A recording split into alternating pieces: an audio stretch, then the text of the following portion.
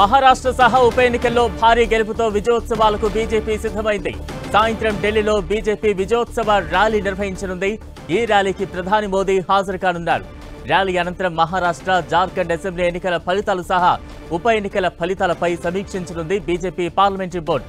ఇక మహారాష్ట్ర సీఎం ఎవరనే దానిపై నిర్ణయం తీసుకోనుంది. విజయోత్సవ ర్యాలీకి సిద్ధమవుతోంది బీజేపీ. తాజా అప్డేట్స్ అందించేందుకు మా ప్రతినిధి గోపి సిద్ధంగా ఉన్నారు. గోపి, సాయంత్రం మహారాష్ట్రలో గ్రాండ్ విక్టరీకి సంబంధించి ఢిల్లీలో బీజేపీ కేంద్ర కార్యాలయం వద్ద ఒక విజయోత్సవ ర్యాలీ జరగబోతోంది. ప్రధానంగా నరేంద్ర మోడీ, అమిత్ షా, జేపీ నడ్డా, రాజ్నాథ్ సింగ్ సహా బీజేపీ సీనియర్ నేతలు గ్రాండ్ వెల్కమ్ పలకబోతున్నారు కార్యకర్తలు. దానికి సంబంధించిన ఏర్పాట్లు బీజేపీ కేంద్ర కార్యాలయంలో జరుగుతున్నాయి. ప్రస్తుతం 149 స్థానాల్లో మహాయుతి కూటమిలో భాగంగా పోటీ చేసిన బీజేపీ సింగిల్ గా 131 స్థానాల్లో ఆల్మోస్ట్ 85% ముఖ్యంగా క్లీన్ స్వీప్ తో బీజేపీ గ్రాండ్ విక్టరీ దిశగా దూసుకుపోతోంది. మహాయుతి కూటమి 227 స్థానాల్లో ప్రస్తుతం ఆధిక్యంలో ఉన్న పరిస్థితి. కేవలం 54 స్థానాలకి మహావికాస్ అఘాడీ కూటమి పరిమితమైంది. సో ప్రస్తుతం ట్రెండ్స్ అనేవి కొనసాగుతున్నాయి.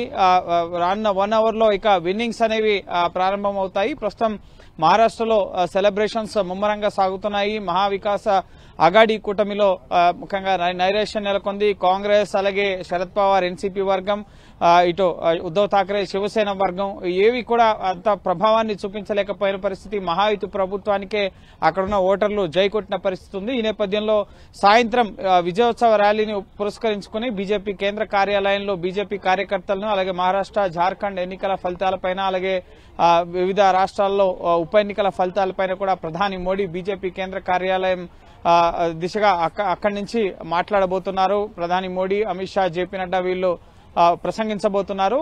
అలాగే బీజేపీ పార్లమెంటరీ బోర్డు సమావేశం కూడా ఈ రాత్రికి లేదా రేపు జరిగే అవకాశం ఉంది. తదుపరి బీజేపీ మహారాష్ట్రలో ముఖ్యమంత్రి ఎవరుండాలి అన్న అంశానికి సంబంధించి బీజేపీ జాతీయ నాయకత్వమే నిర్ణయం తీసుకోబోతోంది. ఎందుకంటే సింగిల్ లార్జెస్ట్ పార్టీగా 85% స్ట్రైక్ రేట్ తో మహారాష్ట్రలో అఖండ విజయాన్ని బీజేపీ నేతృత్వంలోని మహాయుతి కూటమి అందుకుంది. కాబట్టి సో తదుపరి ముఖ్యమంత్రి ఎవరు, ఉప ముఖ్యమంత్రులు ఎవరు, మంత్రివర్గంలో ఎవరుండాలి అన్న అంశాలకు సంబంధించిన నిర్ణయం బీజేపీ జాతీయ నాయకత్వమే తీసుకునే అవకాశం ఉంది. సింగిల్ గా ప్రభుత్వాన్ని ఏర్పాటు చేసేంత మెజార్టీ రాకపోయినప్పటికీ కూడా ఇటు దేవేంద్ర ఫడ్నవీస్ ముఖ్యమంత్రి కావాలి, ముఖ్యమంత్రి అని చెప్పి మహారాష్ట్ర ముంబైలో అలాగే అనేక చోట్ల ఫ్లెక్సీలు వెలిసిన పరిస్థితి ఉంది.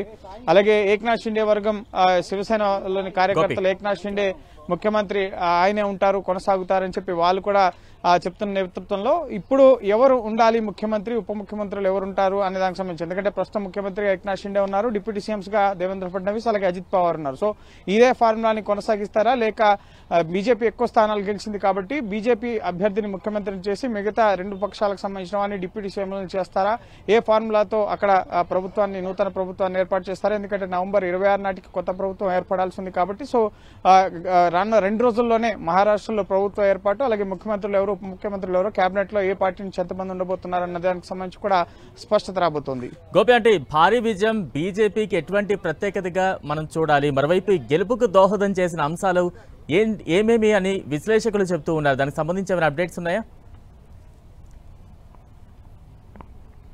సార్, డబుల్ ఇంజన్ సర్కార్, అలాగే సుపరిపాలన, అలాగే మహావికాస్ అఘాడీ యొక్క గత వైఫల్యాలు